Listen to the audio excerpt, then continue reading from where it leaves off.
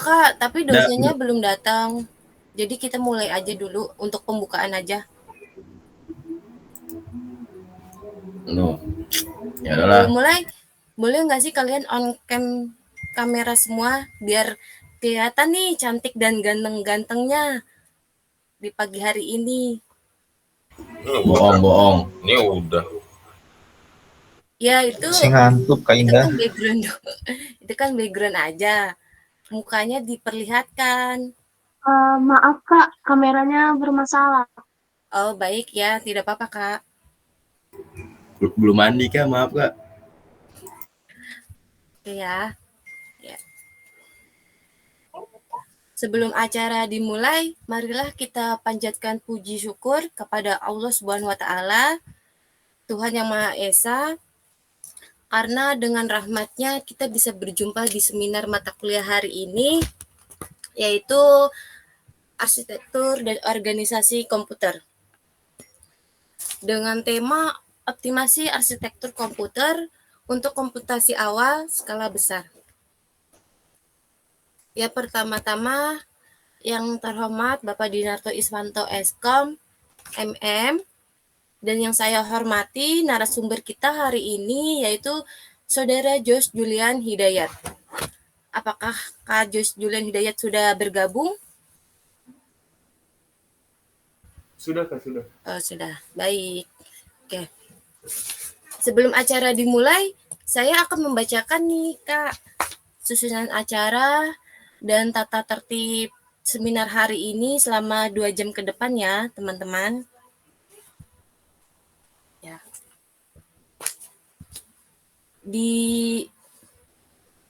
Tunggu ya. Oke. Di jam 7.30 sampai dengan jam 7.35 itu pembukaan. Pembukanya itu oleh saya sendiri, Indah Nurjana. Dan jam 7.35 sampai jam 7.45 itu ada doa pembuka yang akan dibawakan oleh Kak Irfan Maulana. Apakah Kak Irfan Maulana sudah hadir?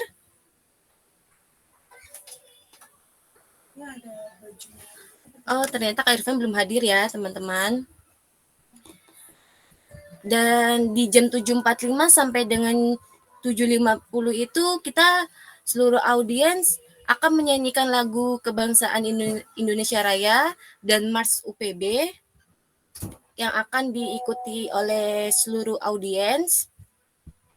Dan jam 7.50 sampai dengan jam 7.55 itu sambutan dosen pengampun yaitu Bapak Dinarto Iswanto Eskom MM. Di jam 7.55 sampai jam 8.55 ada sambutan seminar dari Kak Jos Julian Hidayat yang akan dibawakan dengan tema Arsitektur dan Organisasi Komputer, optimasi arsitektur komputer untuk komputasi awal skala besar. Nah, di jam 8.55 sampai jam 9.20 itu nanti ada sesi diskusi tanya jawab yang akan dibawakan oleh Kak Jos Julian Hidayat. Dan yang bertanya itu audiens yang mengikuti seminar hari ini ya. Dan di jam 9.20 sampai jam 9.25 itu ada doa penutup, yaitu akan dibawakan oleh Kak Saudara Irfan Maulana. Dan di jam 9.25 sampai jam 9.30 itu ada penutupan yang akan saya bawakan. Ya, baik. Sebelum mulai saya akan membacakan tata tertibnya juga ya, teman-teman. Ya, tata tertib peserta hari ini yang mengikuti seminar. 1. Peserta diwajibkan memakai jas alma mater. Apakah semuanya sudah memakai alma mater? Maaf Kak Indah, lagi di luar. Oke, baik ya. Dan yang kedua itu peserta diwajibkan menggunakan background yang telah disediakan. Ya, yang saya lihat semuanya sudah mengikuti background yang sudah diberikan oleh ketua kita ya. Dan yang ketiga itu Peserta diwajibkan on cam pada saat meet berlangsung. Kalau memang sedang bekerja atau sedang di luar, tidak apa-apa tidak on cam, tapi lebih bagusnya itu kita harus on cam. Oke.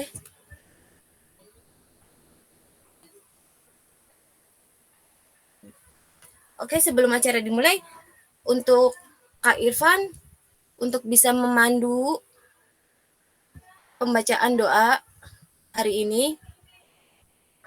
untuk Kak Irfan dipersilakan.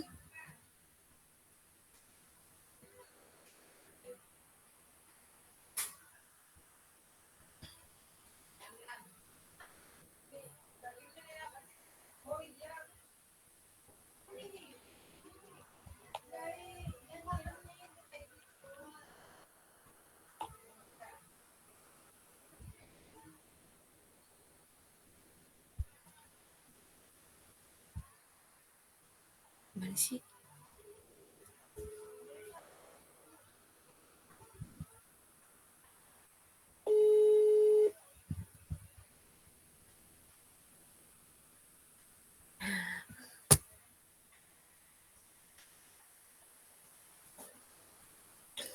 Oke, teman-teman, dikarenakan gambarnya masuk.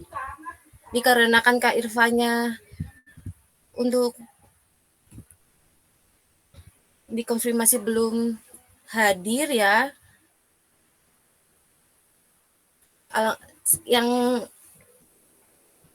Jadi yang akan membaca doa saya saja ya, Kak.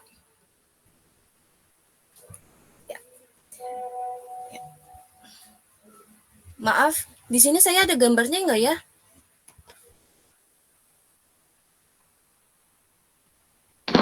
Ada tapi Tidak ada, Kak. Itu hitam-hitam.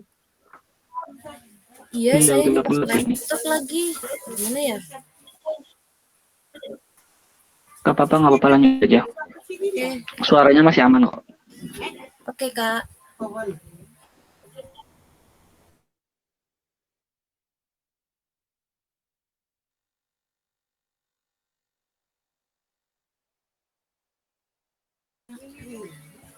Oke, ya. Sebelum acara dimulai, marilah kita berdoa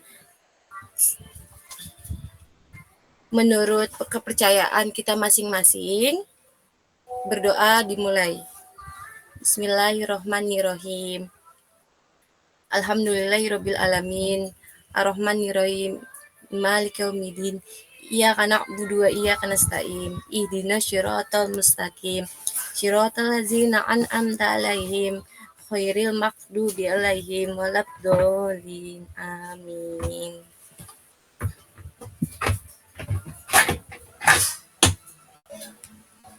Oke ya, doa sudah selesai. Ya. Acara selanjutnya kita akan menyanyikan lagu Kebangsaan Indonesia Raya dan March UPB yang akan diikuti oleh seluruh audiens. Ya, untuk keadaan mohon dipersilakan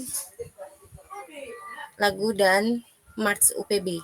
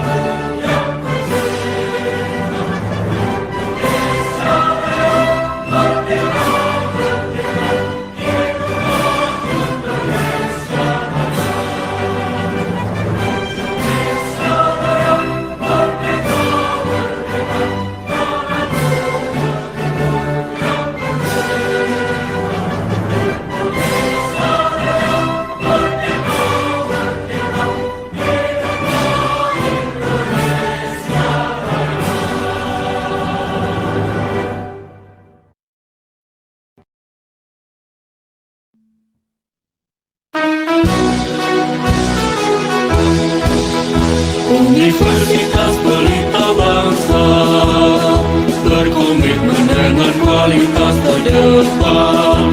Universitas Pelita Bangsa membangun pendidikan yang bermutu. Universitas Pelita Bangsa memberikan pelayanan yang terbaik, megah dan terpercaya untuk membentuk karakter juara. Terus maju dan terus berprestasi. Universitas Pelita Bangsa tetap semangat dan terus berjuang, bersatu membangun Indonesia.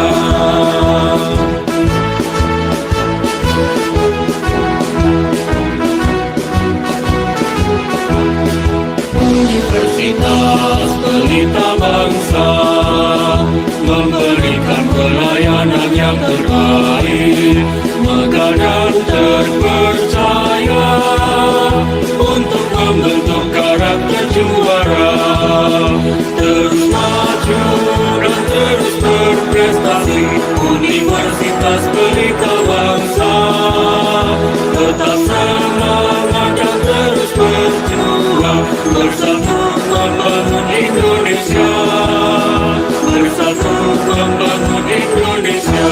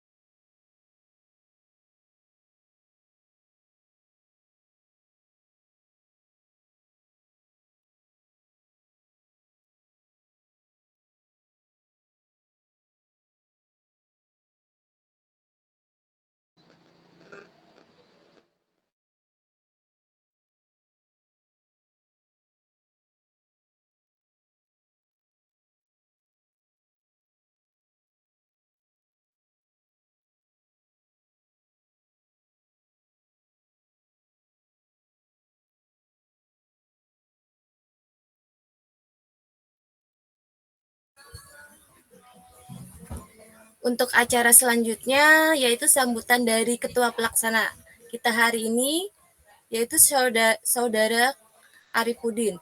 Untuk Saudara Arifudin, waktu dan tempat kami persilakan.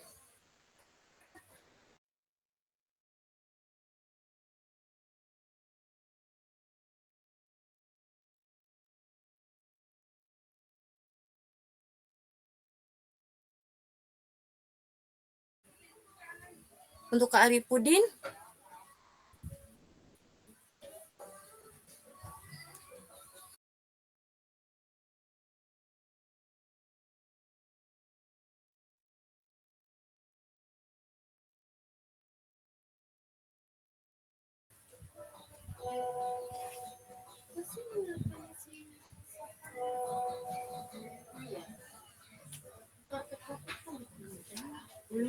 ini ya kamera kita. Maaf, ini kameranya ya Kak. Oke, selanjutnya acara sambutan dari dosen pengampu yaitu Pak Dinarto Ispanto, Eskom MM.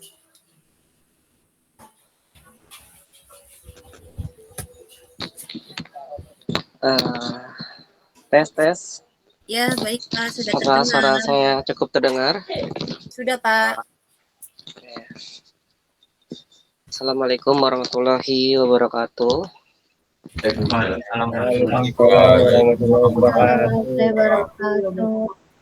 Innal hamdalillah nahmaduhu wa nasta'inuhu wa nastaghfiruh wa na'udzubillahi min syururi anfusina wa min sayyiati a'malina. May yahdihillahu fala mudhillalah wa may yudhlil fala hadiyalah. Asyhadu an la ilaha illallah wahdahu la syarikalah wa asyhadu anna Muhammadan abduhu wa rasuluh. Allahumma shalli wa sallim wa barik ala sayyidina Muhammadin fil awwalin wal akhirin wa man tabi'ahum bi ihsanin taqwin amma ba'du. Bismillahirrahmanirrahim. Pertama-tama saya ucapkan terima kasih kepada Bapak Jose Julian Hidayat ya selaku narasumber di hari ini ya dalam kegiatan seminar arsitektur dan organisasi komputer. Ini kalau dilihat dari biografinya, Bapak Jose ini salah satu alumni dari Pelita Bangsa ya. Apakah benar?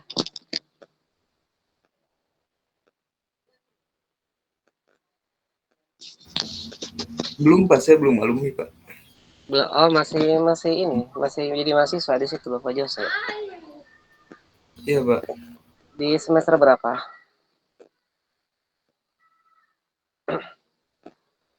Semester akhir kali ya. Halo. Iya Pak ya. Oke. Yang berikutnya saya ucapkan juga kepada terima kasih kepada panitia penyelenggara ya kegiatan seminar di hari ini ya walaupun tadi ada beberapa kondisi teknis ya tapi ya nggak apa-apa karena ini adalah seminar perdana kalian ya mungkin kesalahan teknis yang masih bisa dimaklumi ya. Ada beberapa pemaparan yang akan saya sampaikan ya. Yang pertama adalah menyangkut mengenai kegiatan seminar ini ya kalau nanti dikaji ya disimak pemaparannya karena nanti ini akan berhubungan dengan kegiatan kalian ya. Nanti untuk kegiatan UTS kita tidak melaksanakan kegiatan ujian tertulis ya tetapi kita menggunakan kegiatan non ujian. Dalam hal ini nanti ya kegiatan tersebut diambil daripada kegiatan seminar di hari ini ya. Nanti kegiatan tersebut boleh bersifat jurnal ya mengkaji khusus konsentrasi ke tema PLUT ya ataupun bisa berbentuk karya tulis ataupun karya ilmiah temanya adalah tetap menyangkut tentang kegiatan di seminar kalian yaitu tentang PLUT. Itu adalah hasil daripada seminar di hari ini ya nanti akan dijadikan sebagai acuan atau bahan pengganti daripada nilai UTS. Saya tidak akan berbicara banyak di sini. Ya, setelah ini mungkin saya akan close dari Gmeet-nya. Ya, silakan nanti kalian melaksanakan kegiatan seminarnya sendiri sambil saya pantau. Gitu ya. Nah, untuk panitia, Mas Arif, kedengaran suara saya Mas Arif? Mas Arif, monitor.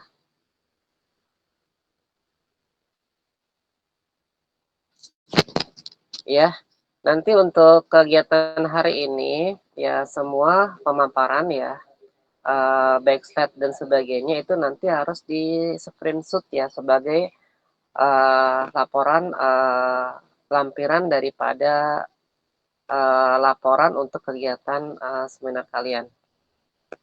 Gitu ya. Baik Pak.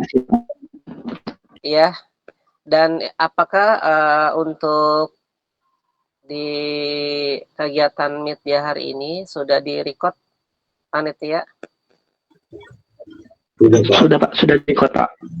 Sudah di-record seluruhnya ya? Iya, oke. Kalau sudah di-record nanti silakan hasil recordnya kamu share di teman-teman kalian, ya termasuk untuk materi clue-nya. Saya ingin menanyakan kepada pihak narasumber, apakah slide-nya itu boleh di-share ke mahasiswa? Boleh Pak, boleh. Boleh, oke. Terima kasih kepada narasumber. Ya, oke. Kalau seandainya memang sudah oke semua, selebihnya kayaknya cukup untuk pemaparan dari saya. Ya, saya ingin pamit undur diri. Wassalamualaikum warahmatullahi wabarakatuh. Ya, silakan Mbak Indah untuk moderatornya melanjutkan kegiatannya. Baik, terima kasih Bapak atas sambutan hari ini, di seminar ini. Baik, acara selanjutnya yaitu sambutan dari narasumber kita, yaitu Kak Jos Julian Hidayat. Untuk waktu dan tempat kami persilakan. Terima kasih.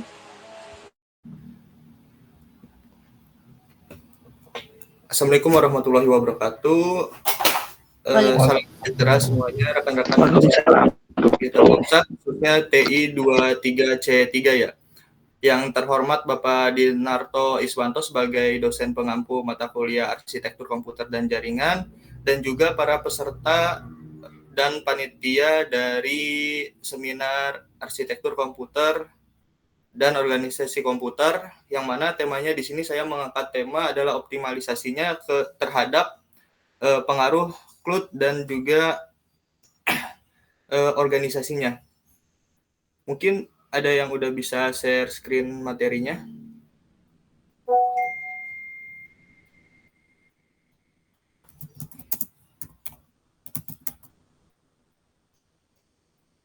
Sebelumnya apakah suara saya terdengar? Terdengar, Kak? Kamera saya aktif nggak ya? Kamera aman, kamera. Aktif. Aman, Ada yang Kak. bisa share materinya?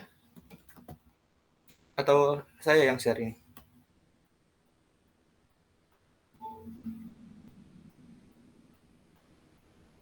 Boleh, Kak, dari Kakak.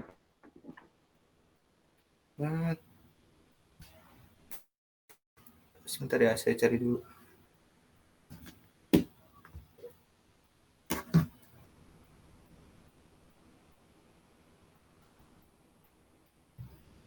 Sebentar ya, saya cari dulu. Soalnya banyak file materi.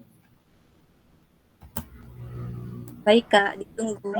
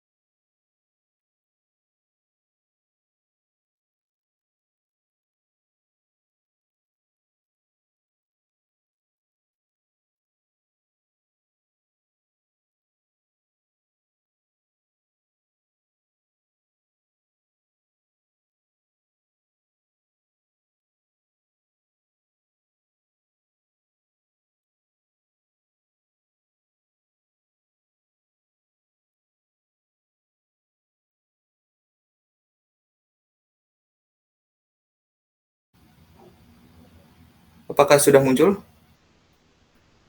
Sudah, Kak.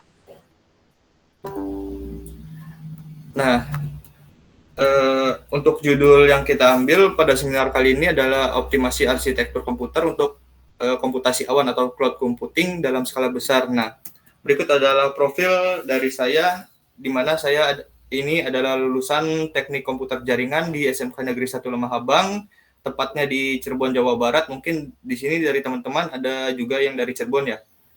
Nah, selanjutnya saya juga menempuh S1 Teknik Informatika di Universitas Pelita Bangsa. Lalu riwayat pekerjaan saya, yang pertama saya ini adalah sebagai teknisi IT dan juga IT support pernah melakukan itu magang di PT Giga Network Nusantara di Cirebon. Nah, pekerjaan saya di sini selain sebagai IT support dan juga teknisi, di sini juga saya melakukan sebuah konfigurasi dan juga instalasi CCTV juga. Nah, selanjutnya saya bekerja di PT NGK Keramik Indonesia, tepatnya di kawasan Egypt sebagai operator produksi dan juga admin plan produksi.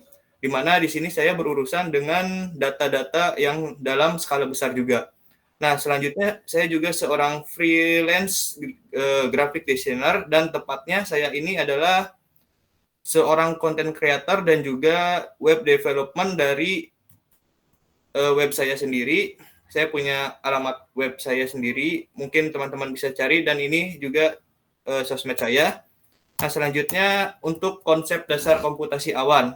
Nah, komputasi awan ini merupakan paradigma komputasi yang memungkinkan akses terhadap sumber daya komputasi seperti server, penyimpanan data, basis data, dan lainnya. Nah, artinya apa? Pengguna ini dapat menggunakan aplikasi, menyimpan data, menjalankan proses komputasi, dan juga komunikasi, dan mengakses layanan lainnya dari mana saja dan kapan saja, melalui perangkat apapun yang terhubung ke internet. Nah, ini berarti tidak perlu menyimpan atau mengelola, memelihara server secara fisik ataupun secara manual. Jadi dapat meringankan pekerjaan kita ketika kita bekerja dalam suatu organisasi yang mengurusi mengenai data gitu. Jadi kita hanya perlu menggunakan layanan komputasi awan, dan nanti data-data yang kita kelola, data-data yang kita proses, nanti semuanya akan tersimpan pada komputasi awan. Jadi kita tidak perlu membeli sebuah server yang besar dan kita taruh, ataupun kita menyewa server yang besar, karena biasanya server-server yang besar itu dalam ISP kita tidak bisa membeli tapi hanya bisa menyewa. Jadi kita dengan menggunakan komputasi awan ini, kita hanya dapat mengakses komputasinya, tidak dengan fisiknya. Jadi lebih menghemat tempat, menghemat tenaga, dan juga menghemat cost dari perusahaan kita. Nah, selanjutnya ada model layanan komputasi awan. Model layanan komputasi awan ini terdiri dari beberapa arsitektur dan juga infrastruktur komputasi awan. Yang pertama adalah IIS. Ini menyediakan infrastruktur komputasi virtual, termasuk server, jaringan, penyimpanan, dan mesin virtual. Nah, sebagai layanan yang dapat digunakan oleh pengguna. Nah, pengguna juga ini memiliki kontrol penuh atas sistem operasi, aplikasi, dan lingkungan perangkat lunak lainnya yang dijalankan di atas infrastruktur yang disediakan.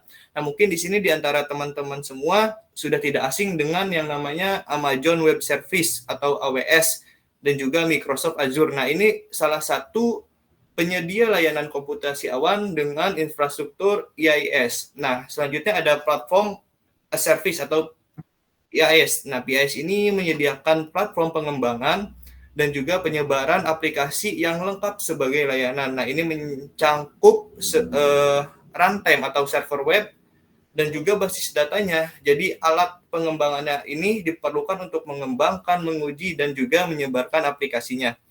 Lalu, pengguna juga pada platform PIS ini fokus pada pengembangan dan penyebaran aplikasinya. Nah, tanpa mengelola infrastruktur di bawahnya.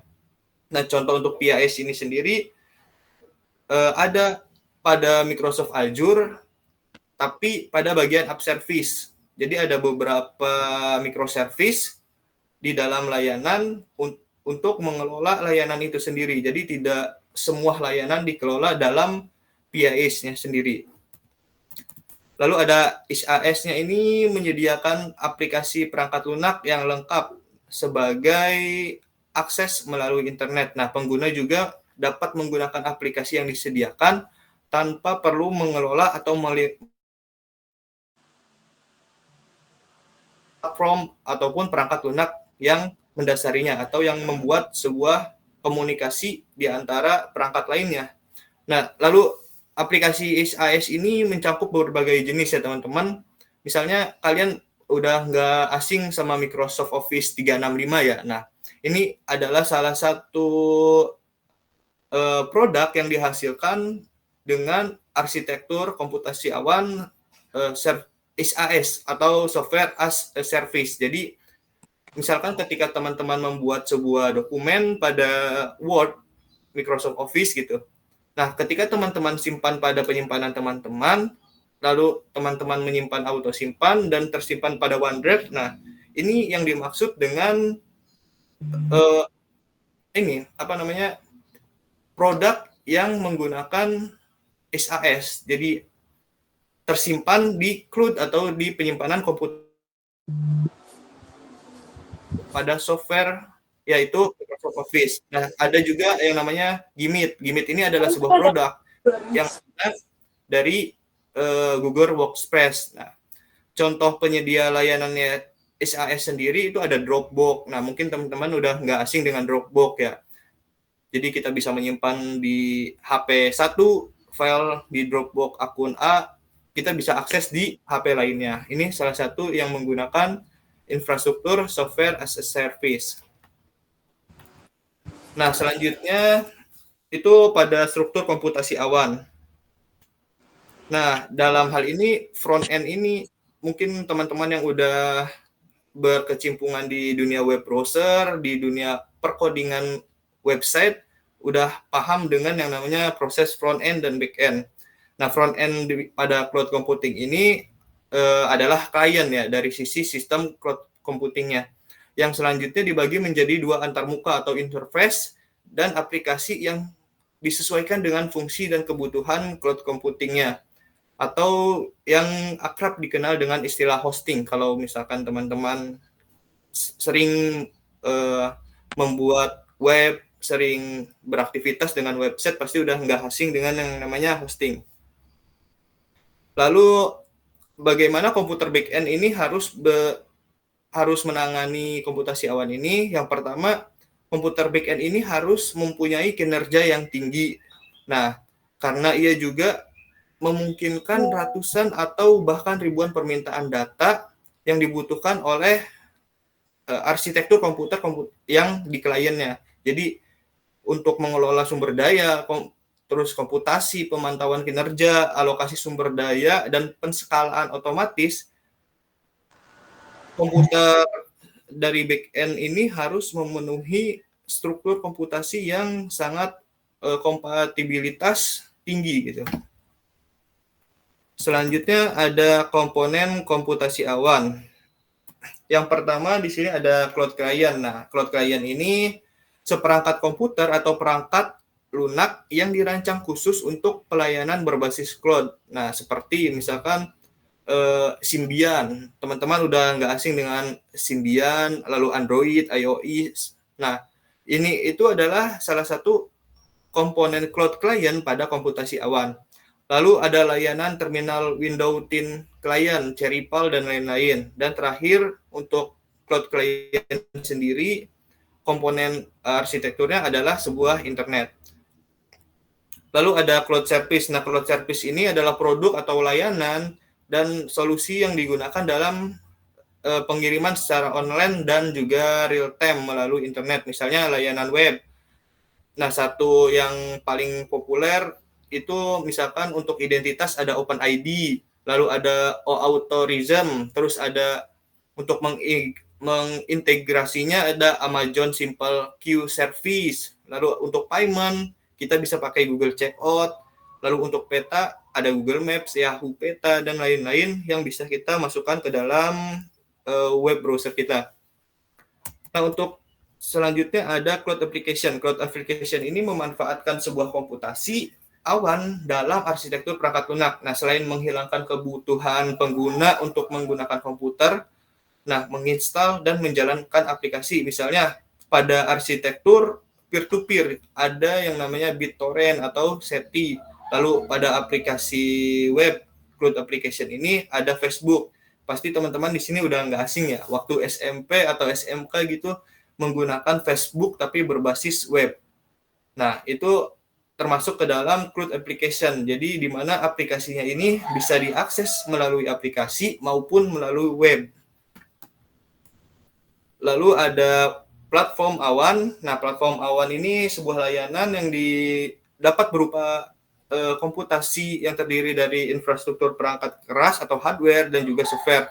Nah, sebagian platform cloud ini memiliki aplikasi bisnis yang biasanya menggunakan layanan PIS. Nah, sebagai infrastrukturnya sendiri untuk aplikasi bisnis, misalkan pada kerangka aplikasi web Django Python, Ruby, Net2, dan hosting virtual yang bisa teman-teman cari di Google gitu. Misalkan hosting murah rumah web, lalu ada Hostinger. Nah, ini merupakan salah satu cloud platform. Nah, dan kebetulan di website yang saya pakai juga menggunakan cloud platform, yaitu menggunakan dari hosting yang bernama Hostinger. Yang setahunnya itu kurang lebih 1.300.000. Jadi teman-teman kalau misalkan mempunyai keinginan untuk menjadi blogger atau menjadi konten kreator dari website, nah teman-teman bisa memanfaatkannya dengan membeli hosting tersebut. Lalu selanjutnya ada penyimpanan awan. Nah, ini melibatkan proses penyimpanan data sebagai layanan. Nah, contohnya misalkan database Google, terus pada cloud platformnya sendiri atau cloud storage-nya itu Amazon. Nah, Amazon ini punya yang namanya database Amazon SimpleDB. Nah, penyimpanannya ini terpasang di jaringan yang Nirvanic Cloud NAS. Misalkan untuk mobile sendiri ada mobile IDs dan lainnya. Nah, untuk infrastruktur awan sendiri ini menyediakan infrastruktur komputasi sebagai layanan. Nah, contohnya apa? Mungkin pada Amazon, lagi-lagi saya mengambil contoh Amazon. Nah, di Amazon ini mereka menggunakan infrastruktur komputasi awan yang namanya itu kalau tidak salah Amazon Elastic Compute Cloud atau AECC. Mungkin bisa teman-teman cari lebih lengkapnya. Nah, selanjutnya ada arsitektur sistem kerjanya. Nah, sistem kerjanya ini yang pertama adalah cara kerja komputasi awan ini bersifat transparan. Maksudnya bagaimana? Artinya ini si end user ini tidak memerlukan keterampilan mendalam atau kontrol tentang teknologi infrastruktur yang berasal dari komputasi awan. Hanya bisa digunakan dalam menyelesaikan tugas-tugas saja. Nah, pengguna atau user ini memerlukan pemahaman tentang cara mengaksesnya saja. Jadi tidak perlu tahu tentang bagaimana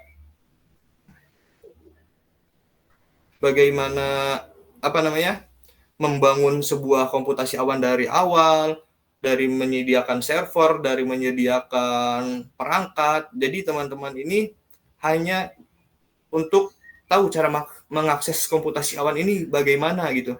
Dan teman-teman bisa langsung menggunakannya. Yang kedua, bersifat penggunaan resource-nya ini berbasis on demand. Nah, maksudnya bagaimana? Karena kebutuhan cloud computing itu bersifat dinamis, jadi selalu berubah-ubah, selalu tidak sama. Jadi setiap jenis atau varian cloud computing ini pada umumnya memiliki faktor yang sama, yaitu dua buah data center atau data yang terpusat yang ada di posisi luar atau yang tidak berdekatan dengan yang kita sedang kerjakan. Jadi entah itu kita sedang bekerja di Indonesia tapi kita membeli hosting di luar. Nah, jadi perangkatnya itu ada di luar, bukan ada di Indonesia. Nah, resource di server data centernya ini dikumpulkan dan diintegrasikan untuk membuat sebuah platform besar yang siap menampung layanan virtual. Nah, resource yang dikumpulkan ini nantinya dilakukan pengaturan secara fleksibel, nah sehingga pengguna dapat melakukan pengaksesan lebih banyak layanan dalam ruang penyimpanan saat dibutuhkan. Selanjutnya, untuk prinsip kerja sistem cloud ini menggunakan internet tentunya. Nah, server untuk mengakses data, sistem atau metode yang memungkinkan pengguna untuk masuk ke internet, yang terhubung ke program untuk menjalankan aplikasi tanpa menginstalnya. Nah, infrastruktur seperti storage data ini dapat diakses di mana saja. Contohnya yang seperti saya contohkan tadi, bisa teman-teman lakukan ketika teman-teman sudah membeli sebuah hosting, sudah bisa menjalankannya. Nah, teman-teman bisa upload file apa saja di situ tanpa teman-teman harus memikirkan bagaimana penyimpanan yang ada di komputer teman-teman. Jadi, datanya ini tertampung asalkan internet yang kita gunakan ini masih tetap berjalan dan juga masih dapat mengakses ke server cloud computingnya sendiri. Nah, selanjutnya adalah Broad Network as Service. Nah, ini artinya itu komputasi awan ini harus mampu mengakses dari mana saja, kapan saja, dengan device yang bermacam-macam sepanjang terkoneksi dengan jaringan internetnya, teman-teman. Lalu ada resource pooling. Resource pooling ini sebuah konsep dalam komputasi awan yang mengacu pada praktik menggabungkan dan juga mengelola sumber daya komputasi secara terpusat untuk digunakan secara bersama-sama sebagai pengguna atau aplikasi. Nah, selanjutnya untuk scalable. Nah, scalable ini dalam konteks komputasi awan ini merujuk kepada kemampuan infrastrukturnya ini secara dinamis gitu. Nah, menyesuaikan kapasitasnya sesuai dengan kebutuhan pengguna atau aplikasi. Nah, baik itu meningkatkan atau mengurangi sumber dayanya. Selanjutnya ada syarat komputasi awan, yang mana syarat komputasi awan ini harus on-demand self-service. Nah, ini berarti bahwa pelayanan komputasi awan ini wajib tersedia untuk pengguna, baik itu satu ataupun lebih pengguna, yang mampu berlangganan. Nah, berlangganan ini menggunakan jasa layanan, misalkan pada web seperti hosting. Nah, ini kan berlangganan. Jadi ada jangka waktu tertentu untuk kita memperpanjang penyedia layanan komputasi awannya. Lalu juga misalkan sebuah ISP gitu, karena saya kan pernah kerja di ISP yang tadi ya, PT Giga Network Nusantara. Nah, misalkan si ISP ini menawarkan 5 pilihan paket internet pada pengguna, dan pengguna ini hanya menggunakan satu paket internet, sehingga pengguna hanya membayar paket yang digunakannya saja. Nah, ini implementasi dalam on-demand self-service. Lalu ada buat network access. Tadi sedikit sudah saya jelaskan pada syarat di atas, yaitu layanan komputasi ini wajib mampu diteruskan dari mana saja, kapan saja, dengan device bermacam-macam. Lalu layanannya ini harus bersifat elastis. Maksudnya bagaimana? User ini dapat menambahkan serta melakukan pengurangan jenis kapasitas layanannya. Nah, baik itu dari ketika kita berada di tempat kita menggunakan komputasi awannya ataupun di luar pekerjaan yang kita lakukan. Jadi elastis gitu, tidak tergantung pada tempat ataupun waktunya. Lalu ada resource pooling. Nah, resource pooling ini, layanan komputasi ini dibuat secara terpusat, lalu sumber dayanya juga mampu dibagi secara efisien.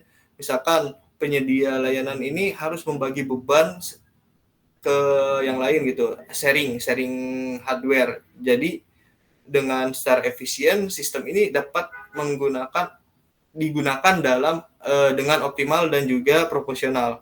Lalu ada measure service. Measure service ini adalah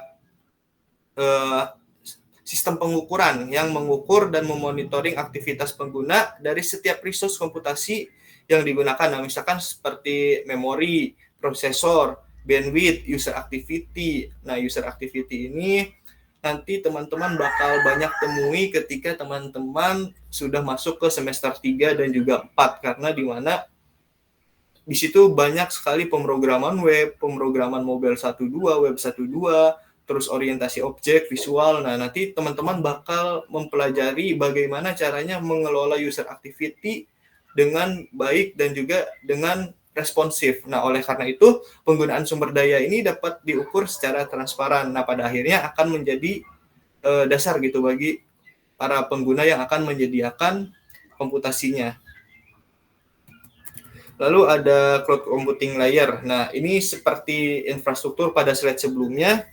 Yang pertama ada infrastruktur IIS, dia menaungi bagian bawah computing layer, yaitu baik dari hardware, infrastruktur, lalu PIS ini menaungi software yang digunakan, framework, misalkan dalam ketika teman-teman membangun sebuah web, agar teman-teman ini tidak kesulitan untuk mengoding website dari awal, teman-teman bisa menggunakan framework. Nah, framework ini adalah suatu layanan yang dapat teman-teman gunakan ketika untuk mempermudah berbagai macam pengkodingan dalam website. Nah, bisa menggunakan template dan lainnya. Nanti teman-teman bakal pelajari framework ini juga di semester 4 untuk mata kuliah pemrograman mobile 2. Nah, ini juga termasuk ke dalam sebuah cloud computing layer yang berada dalam naungan platform as a service. Nah, selanjutnya untuk server software as a service-nya ini menaungi bagian aplikasi atau interface antara pengguna dan juga komputasi, penyedia layanan komputasinya sendiri. Nah, untuk pada bagian ini contohnya seperti Google Apps, Facebook, YouTube, dan lain-lain. Lalu ada virtualisasi dan kontainerisasi sebagai arsitektur komputasi awan.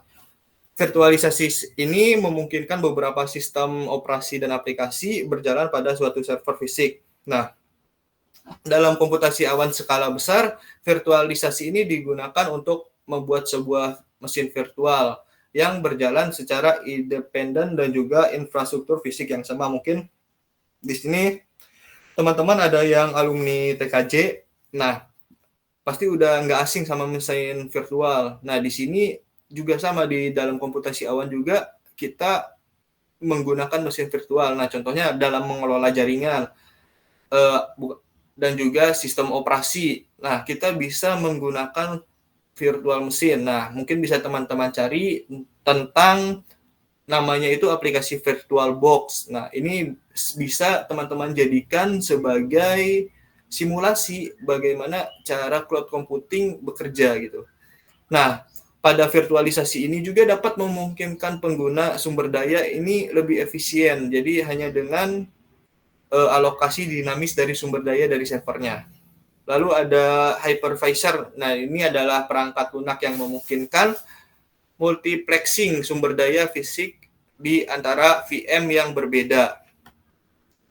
Nah, untuk hypervisor ini ada dua jenis ya teman-teman. Yang pertama itu adalah tipe yang berjalan langsung di perangkat keras atau yang namanya bare metal.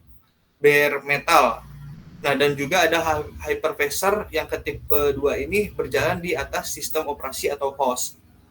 Lalu ada kontainerisasi. Nah, adalah teknologi yang memungkinkan aplikasi berjalan di dalam wadah yang terisolasi atau disebut kontainer. Nah, ini setiap kontainer ini berisi sebuah hal untuk dibutuhkan dalam menjalankan aplikasi, misalnya termasuk kode, terus runtime dari kodenya, lalu pustakanya, variabel yang digunakan, dan dependensi. Nah, dependensi ini adalah sebuah perpustakaan, teman-teman. Mungkin asing di teman-teman, tapi nanti ke depannya teman-teman bakal sering mendengar istilah dependensi atau library perpustakaan, khususnya ketika teman-teman membuat sebuah program mobile atau aplikasi Android. Nah, selanjutnya konsisten di berbagai lingkungan, mulai dari pengembangannya hingga produksi, dan meminimalkan overhead untuk kontainerisasi ini. Yang selanjutnya ada Docker, dan Docker ini bisa teman-teman baca pada PPTX, adalah platform kontainerisasi yang populer yang memungkinkan pengembang untuk mengemas aplikasi dan dependensi ke dalam kontainer. Nah, selanjutnya pada Docker ini juga ada yang namanya Kubernetes. Nah, Kubernetes ini masih masuk ke dalam Docker sebenarnya, teman-teman. Tidak bisa dipisahkan. Nah, Kubernetes ini sistem orkestrasi dari kontainernya ini yang bersifatnya itu otomatis, teman-teman, yang memungkinkan pengelolaan, penjadwalan, dan penskalaannya ini diatur secara otomatis. Nah, selanjutnya pada distribusi beban kerja atau workload distribution. Nah, pengorganisasian komputasi awan.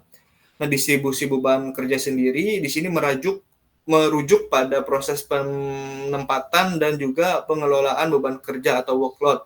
Nah, di seluruh infrastruktur komputasi awan. Nah, yang perlu teman-teman perhatikan pada pada distribusi beban kerja ini, pada point of view atau pada fokus distribusi beban kerja ini, yang pertama ada penjadwalan. Nah, penjadwalan ini melibatkan aplikasi dan layanan sumber daya komputasi yang tersedia dalam infrastruktur awan. Nah, penjadwalan ini harus diperhitungkan nih kebutuhan kinerjanya. Misalkan untuk bandwidth-nya yang dikirim secara real time itu berapa, dan juga estimasi sampai untuk data dari komputer A ke komputer B itu harus berapa lama. Nah, ini disebut dengan sebuah penjadwalan. Nah, selanjutnya ada elastisitas. Nah, ini harus menyesuaikan nih terhadap perubahan dan juga permintaan dari pengguna. Ada algoritma penjadwalan. Nah, algoritma penjadwalan ini yang digunakan pada komputasi awan ini ada 3, teman-teman, yang populer digunakan dalam komputasi awan ini. Mungkin bisa teman-teman cari tentang Robin, lalu ada less connection, dan juga load balancing. Nah, yang banyak digunakan sebenarnya itu ada load balancing ya, teman-teman, yaitu teknik yang digunakan untuk memisahkan 2 atau banyak network link atau station gitu.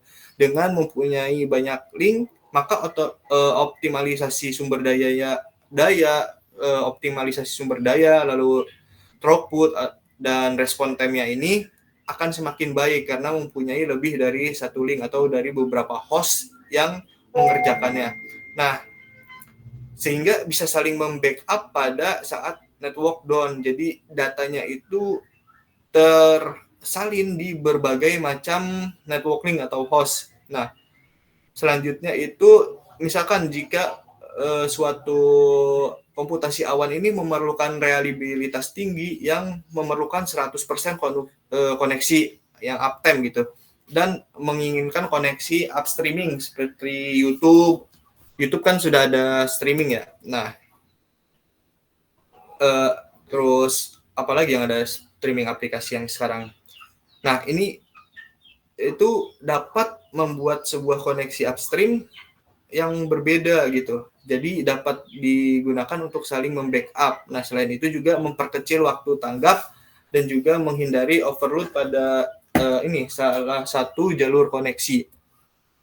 Selanjutnya ada manajemen beban kerja. Nah, manajemen beban kerja ini termasuk ke dalam pemantauan kinerja sistem, apakah pada saat penjadwalan berjalan dengan lancar, lalu pada saat pengiriman data ini apakah ada gangguan atau inkonsistensi data, dan juga lainnya. Lalu pada penskalaan otomatis, misalkan infrastruktur awan ini harus mampu ini melakukan penskalaan otomatis. Nah, baik secara horizontal itu maksudnya hanya menambahkan dan juga mengurangi dari instance atau perangkat yang teman-teman gunakan, atau melalui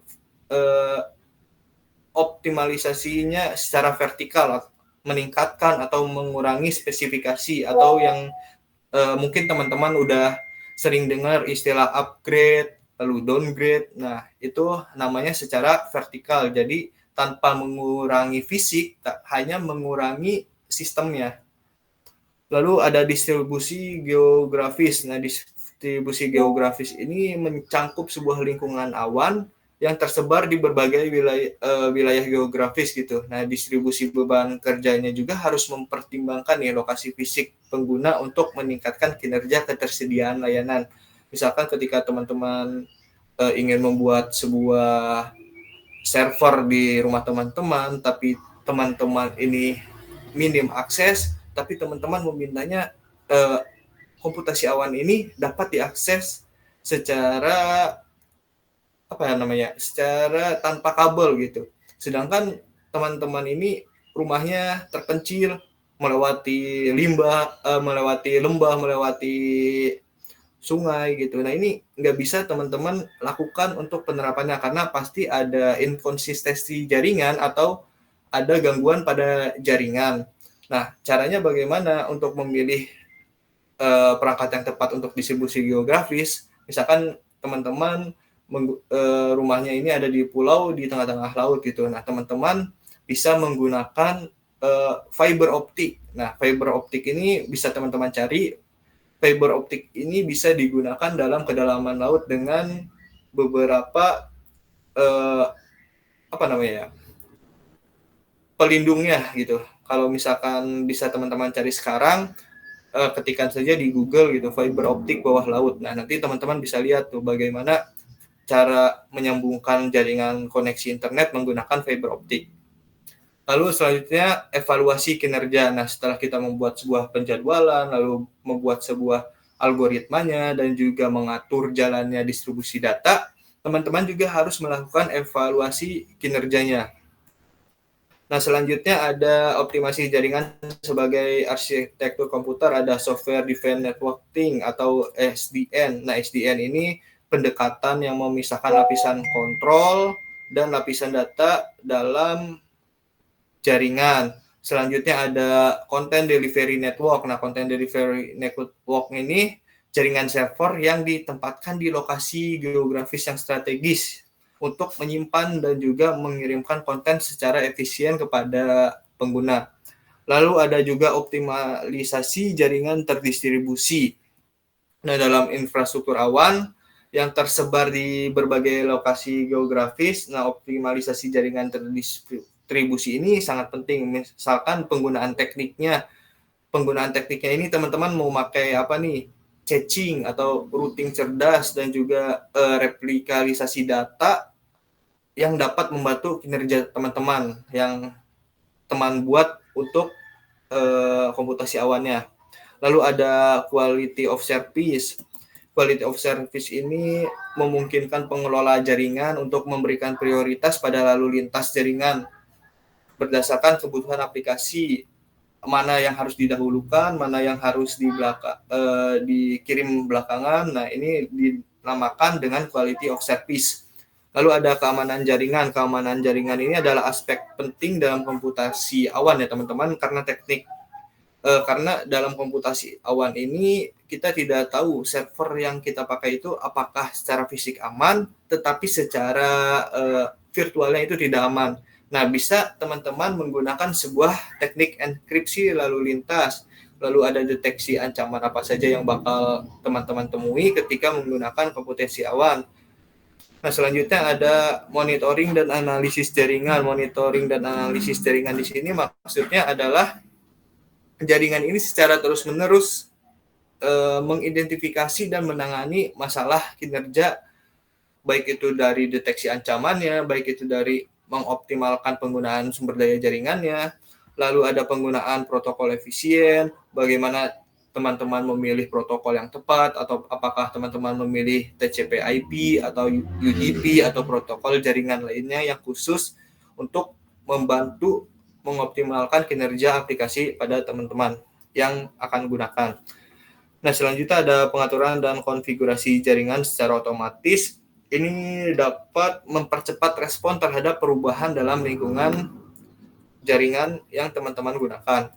Nah, lanjut pada slide pemantauan dan manajemen kinerja organisasi arsitektur komputer pada komputasi awan.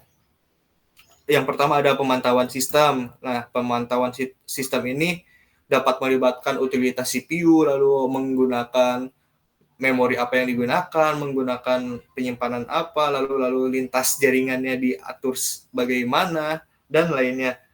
Lalu ada analisis log. Analisis log ini proses menganalisis catatan kejadian atau histori dari berbagai macam sistem aplikasi yang saling berkomunikasi mengirimkan data.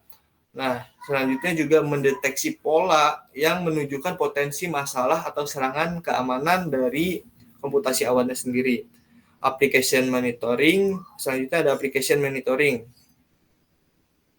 Nah, ini juga sama, masih membantu untuk pemantauan misalkan dari waktu tanggap apakah terjadi delay, lalu dari tingkat kesalahannya, dan jadi ada juga metrik kinerjanya bagaimana. Nah, ini termasuk ke dalam pemantauan aplikasinya. Lalu ada pemantauan infrastruktur cloud computing. Nah, pemantauan infrastruktur cloud computing ini jadi lebih ke pemantauan sumber dayanya gitu. Dari hostingnya atau dari cloud-nya, misalkan seperti virtual mesinnya, lalu bagaimana cara mengelola penyimpanan, basis datanya, layanan hostingnya, dan lainnya. Lalu ada pemantauan kinerja jaringan. Nah, kinerja jaringan ini melibatkan pemantauan kepada latensi. Latensi itu gangguan pada pengiriman data, teman-teman. Nah, lanjutnya ada kecepatan transfer datanya. Kecepatan transfer data ini nantinya akan terkoneksi dengan pembahasan tentang bandwidth dan juga size file dari data yang akan teman-teman upload atau yang akan teman-teman akses pada komputasi awan. Lalu ada penskalaan otomatis. Nah, ini melibatkan penskalaan virtual atau pada cloud ini melakukan sebuah penskalaan baik itu secara horizontal ataupun vertikal yang telah saya jelaskan pada slide sebelumnya. Lalu ada manajemen dan juga tuning. Nah, mungkin teman-teman agak asing nih dengan analisis kinerja dan tuning ini apa? Nah, analisis kinerja dan tuning ini melibatkan sebuah identifikasi atau perbaikan masalah kinerja serta peningkatan kinerja sistem untuk secara keseluruhan. Lalu juga untuk optimasi konfigurasi, misalkan untuk menghemat waktu teman-teman dalam mengoding website. Nah, teman-teman bisa menggunakan framework. Nah, itu termasuk ke dalam optimalisasi konfigurasi yang ada pada analisis kinerja dan tuning. Nah, lalu pengoptimalan query-nya itu berapa nih yang akan kita pakai untuk ketika kita membuat sebuah aplikasinya atau membuat sebuah websitenya, dan penyesuaian juga parameter sistem. Misalkan untuk parameter sistem teman-teman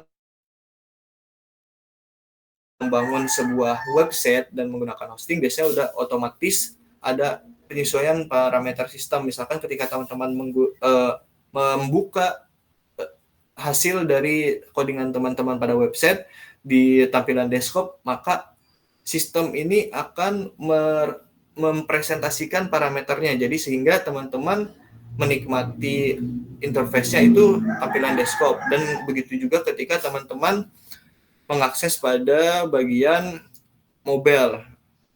Jadi tidak seperti pada tampilan desktop.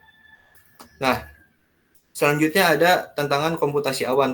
Tantangan komputasi awan ini skalabilitas. Skalabilitas ini tentunya harus memastikan infrastrukturnya ini dapat menangani permintaan yang begitu banyak dan begitu terus meningkat. Lalu ada ketersediaan dan juga kehandalan, ada juga keamanan, manajemen sumber daya, lalu ada latensi dari jaringannya sendiri. Lalu ada integrasi dan interoperabilitas. Nah, ini maksudnya adalah sistem legacy atau aplikasi existing yang sering menjadi tantangan dalam komputasi awan. Nah, penting untuk memastikan interoperabilitas ini antara infrastruktur awan dan sistem internal gitu, sehingga layanan awan ini dapat saling terkomunikasi walaupun berbeda pada sistemnya. Selanjutnya ada pengembangan kebijakan dan prosedur komputasi awan. Yang pertama ada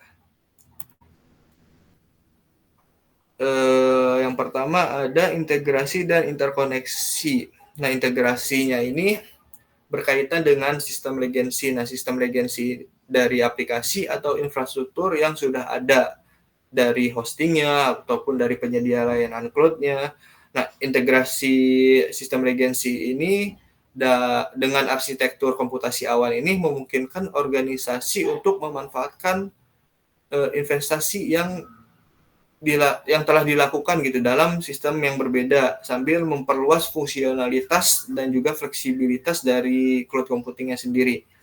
Nah, lalu tantangan integrasinya sendiri, misalkan ketika teman-teman menggunakan sebuah pemrograman mobile gitu Android Studio ataupun bisa menggunakan Visual Studio Code dengan framework dengan framework Firebase untuk mengatur autentifikasinya, framework Flutter untuk mengatur codingnya. Nah, integrasi ini bisa menggunakan sebuah API. Nah, nanti teman-teman ketika belajar pemrograman mobile ini akan tidak asing dengan yang namanya API atau Application Programming Interface. Lalu ada keterampilan dan juga pengetahuan manajemen infrastruktur dan organisasi. Dan juga analisis risiko. Analisis risikonya ini kira-kira apa saja yang dapat menjadi ancaman nih ketika kita menggunakan komputasi awan. Apakah ketika kita menggunakan komputasi awan pada website kita ini menjadi lemot karena harus pada jaringan yang terintegrasi ataupun lainnya. Nah, mungkin itu saja presentasi dari saya mengenai optimalisasi arsitektur dan organisasi komputer pada sistem berbasis cloud skala besar. Mohon maaf jika banyak kekurangan dalam penyampaian materi, karena di sini kita juga sama-sama belajar. Mungkin selanjutnya saya bisa kembalikan pada moderator.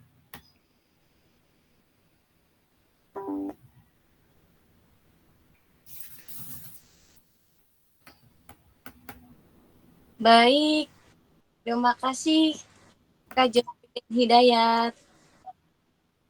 Oh ya, wah ternyata materinya itu sangat unik ya teman-teman, dan sangat benar-benar detail sekali agar kita itu bisa memahami sebentar.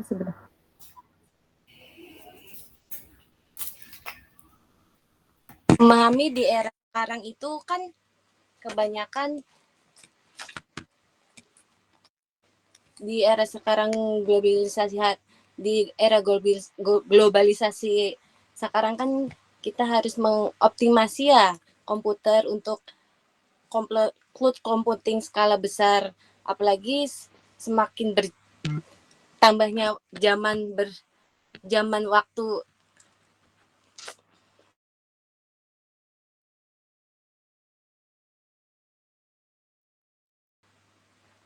Oke. Terima kasih ya Kak Julian Hidayat sudah memberikan materi hari ini. Maaf ya Kak, sudah merepotkan hari ini, seminar di hari ini. Ya, acara selanjutnya yaitu acara sesi tanya jawab. Untuk para audiens di sini, apakah ada yang ingin bertanya?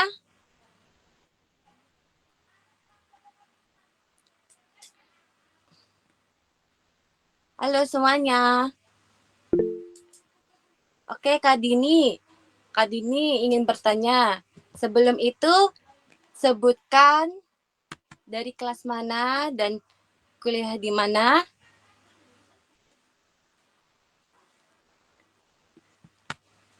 Baik, terima kasih Kak Indah. Assalamualaikum warahmatullahi wabarakatuh. Perkenalkan, nama saya Dini Siti Masluha dari kelas TI 23C3. Tadi kan Kak Jos udah jelasin tentang cloud computing ya. Betul, Kak. Ya, jadi pertanyaannya itu bagaimana manajemen sumber daya menjadi pertimbangan penting dalam mengoptimalkan arsitektur komputer untuk cloud computing? Gimana tuh Kak cara nge-manage sumber daya menjadi pertimbangan penting buat mengoptimalkan arsitektur komputer itu? Terima kasih. Dan tentunya dengan manajemen yang baik, nah sumber daya ini dapat dialokasikannya sesuai dengan kebutuhan aplikasinya. Apakah aplikasi yang teman-teman buat ini baik dalam konteks website ataupun lainnya ini apakah akan bekerja secara dinamis dan responsif. Lalu tentunya teman-teman juga harus meningkatkan kinerja dan juga mengurangi waktu delay dalam membuat sebuah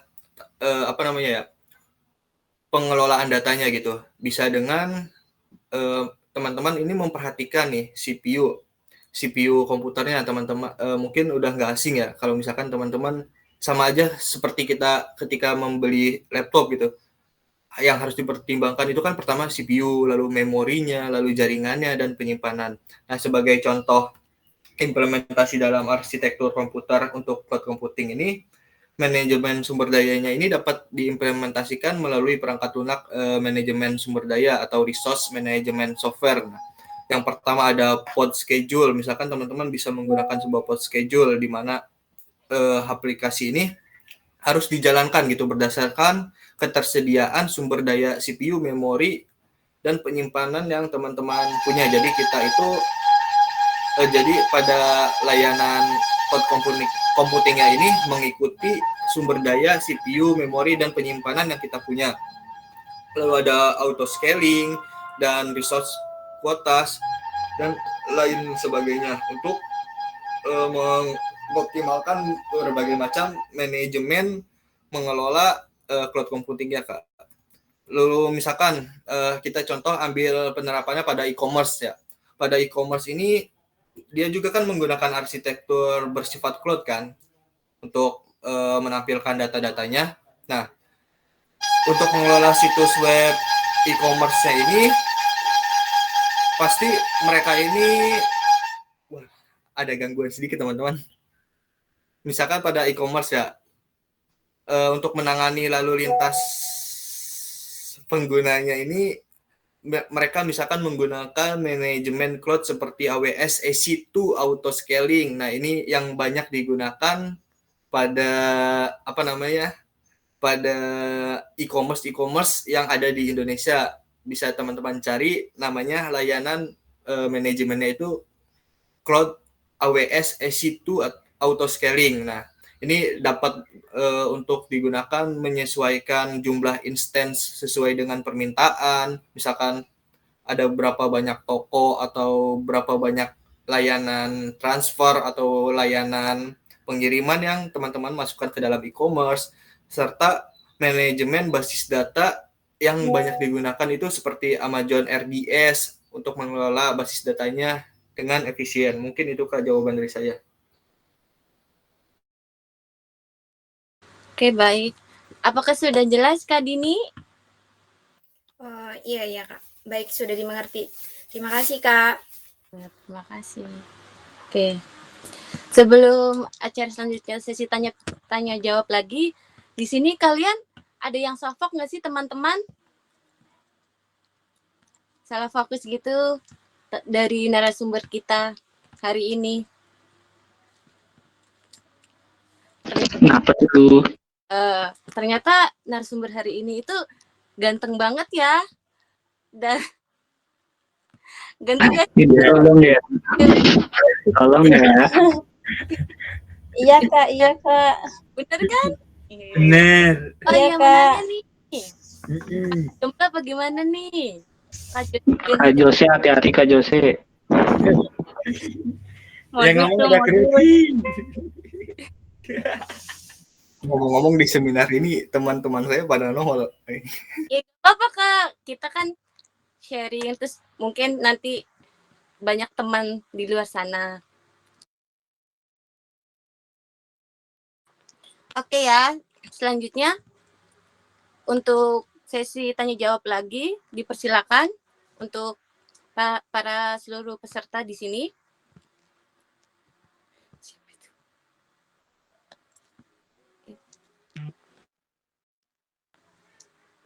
Ya, selanjutnya ada yang ingin bertanya?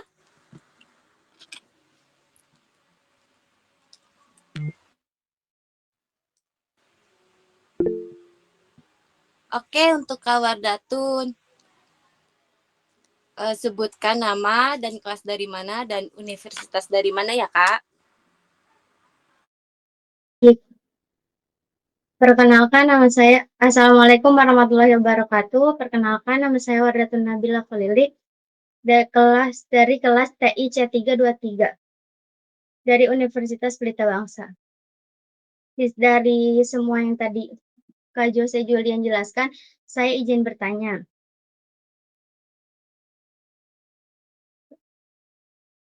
Bagaimana arsitektur memori dapat dioptimalkan untuk mendukung komputasi awan skala besar?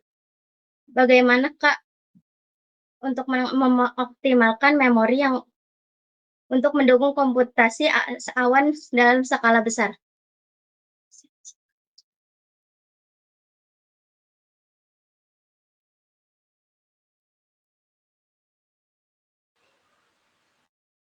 Ini ya cara memori ya. Iya. Bagaimana teman-teman ini yang pertama teman-teman ini harus ini ya memikirkan terlebih dahulu bagaimana cara distribusi data yang cerdasnya ini bisa memanfaatkan teknologi seperti yang secara efisien gitu dalam infrastruktur cloud-nya untuk meminimalkan latensi dan juga meningkatkan aksesibilitas data bagi aplikasi yang berjalan di berbagai lokasi. Jadi ketika kita mengakses aplikasi yang kita akses itu dimanapun ketika dalam bandwidth yang sangat besar pasti dapat berjalan gitu. Nah ini termasuk ke dalam distribusi data yang cerdas. Nah lalu ada juga teman-teman yang perlu teman-teman pertimbangkan adalah caching yang efisien. Nah, caching yang efisien ini termasuk ke dalam pemanfaatan caching menggunakan cache dalam level aplikasi atau misalkan cache yang terdistribusi di seluruh jaringan komputer.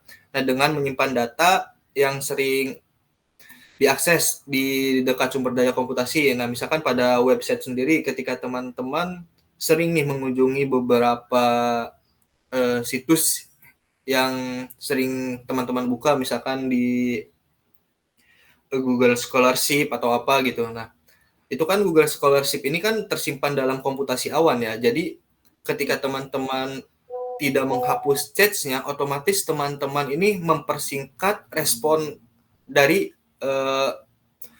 web tersebut gitu. Jadi tidak perlu menunggu load mesin yang lama. Jadi ketika teman-teman buka otomatis otomatis akan langsung cepat terbuka gitu. Nah, lalu penggunaan memori bersama. Nah, ini teman-teman juga dapat mempertimbangkan untuk menerapkan konsep memori bersama atau shared memory. Nah, di antara instance dari komputasinya ini atau dalam infrastruktur cloud-nya. Nah, dengan cara ini data yang sering dibagikan gitu atau yang sering digunakan bersama dapat diakses dengan cepat dari berbagai aplikasi atau beban kerja yang ada di lingkungan yang sama. Lalu ada pemisahan beban kerja. Nah, memisahkan beban kerja yang membutuhkan memori yang insentif, misalkan untuk penyimpanan dalam website, misalkan teman-teman di website yang responsif, nah teman-teman itu pasti memerlukan banyak sekali gambar dan video. Nah, teman-teman bisa mengalokasikan nih untuk website dan video ini, untuk website ini yang mengandung banyak video dan juga foto. Nah, si video dan fotonya ini akan dialokasikan berapa nih memori yang akan teman-teman gunakan pada database-nya ini. Misalkan teman-teman punya 100% database. Nah, untuk khusus pada video, teman-teman bisa menggunakan 30%, lalu pada teks 5%, pada format gambar 15%, audio 5%. Nah, ini yang dimaksud dengan pemisahan beban kerja pada aplikasi yang teman-teman buat. Jadi nantinya ketika teman-teman mengakses website itu tidak akan meload lama gitu. Misalkan ada teman-teman buka website, ada tampilan penayangan video. Nah, teman-teman jadi ketika membukanya ada urutannya gitu, ada penskalaannya. Apakah yang tampil itu teks dulu, lalu videonya akan buffering terus. Nah ini juga berpengaruh terhadap komputasinya. Jadi misalkan pada secara fisik gitu, teman-teman di laptop teman-teman kan ada penyimpanan ya. Nah, di penyimpanan yang teman-teman gunakan ini misalkan ada 3 penyimpanan, ada C, D, dan E. Nah, teman-teman ini harus pemisahan beban kerjanya ini, misalkan data E ini khusus untuk video, data D ini untuk dokumen, dan C ini untuk konfigurasi dan juga autentikasi dari server, misalkan dari program yang running atau segalanya. Jadi sehingga tidak membuat latensi atau penumpukan data. Jadi ketika kita mengakses sebuah aplikasi dan di aplikasi gitu yang kita simpan di penyimpanan C, nah itu akan cepat merespon. Beda dengan laptop, misalkan teman-teman menyimpan semua data di satu satu hierarki, satu penyimpanan gitu. Misalkan hanya C doang. Nah, mungkin di sini juga ada teman-teman yang penyimpanannya tidak dipisah-pisah. Nah, mungkin akan merasakan berapa lemotnya teman-teman untuk membuka aplikasi. Nah, mungkin itu saja, Kak.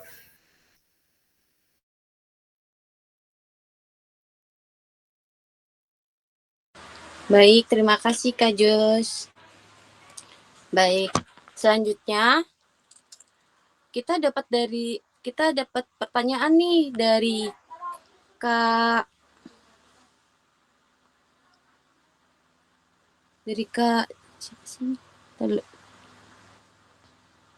kita dapat dari pertanyaan dari Kak Saptanti Ilyasu Cahya.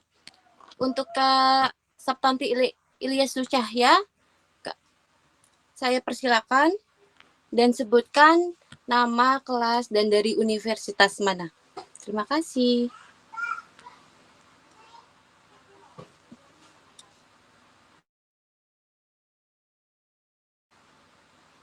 Oh, ternyata Kak Saptanti Utaya tidak ada ya, teman-teman.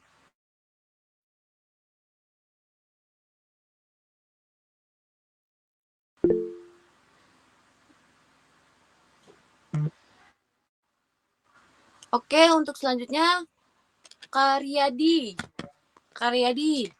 Ya. Sebutkan dari kelas mana Kakak dan universitas mana?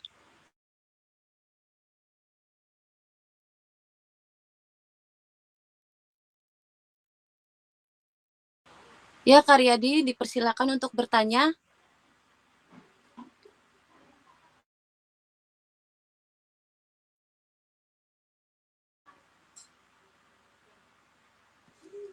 Halo, Kak.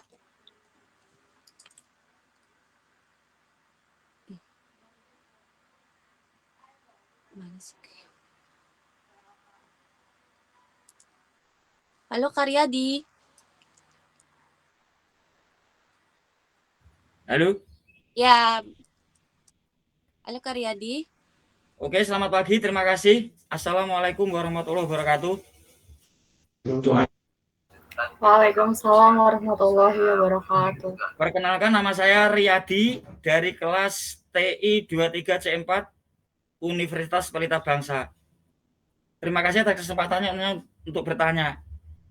Pertanyaan kita, bagaimana keamanan data dijamin dalam lingkungan cloud computing? Bagaimana keamanan data dijamin dalam lingkungan cloud computing? Terima kasih.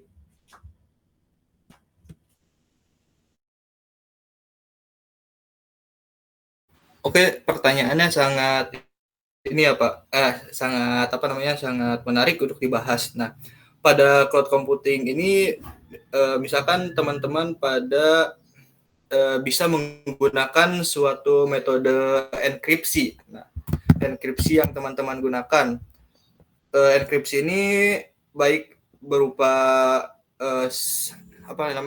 datanya ini memastikan data bahwa data yang disimpan ke server cloud ini tidak dapat diakses oleh pihak yang tidak berwenang, bahkan secara fisik maupun secara logiknya gitu.